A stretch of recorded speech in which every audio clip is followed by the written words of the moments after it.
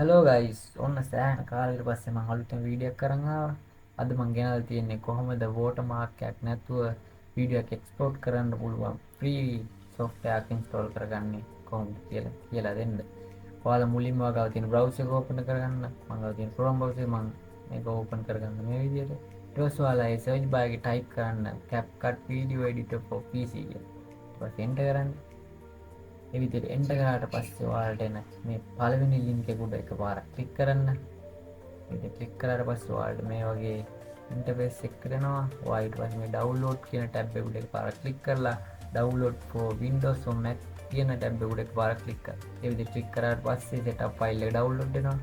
ඒ setup file එක උඩ ඔයා ඩබල් ක්ලික් කරන්න. ඒ විදිහට ඩබල් ක්ලික් කරාට පස්සේ ඔයාගේ software එක auto install වෙන්න පටන් ගන්නවා.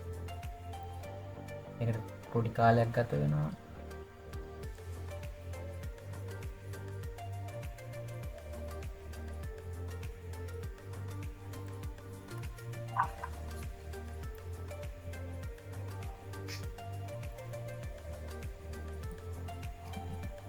මෙන්න මේ විදිහට සම්පූර්ණ ඉන්ස්ටෝල් වුණාට පස්සේ ඔයාලට මේ වගේ ඉන්ටර්ෆේස් එකකට ආපහු යනවා.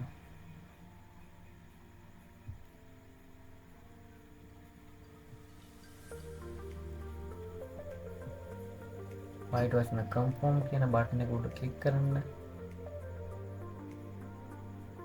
ඒ විදිහට ක්ලික් කරාට පස්සේ ඔයා තවත් මේ වගේ ඉන්ටර්ෆේස් එකක් යනවා. ඔයා ඊට පස්සේ මේ new project කියන එක උඩ එකපාරක් ක්ලික් කරන්න.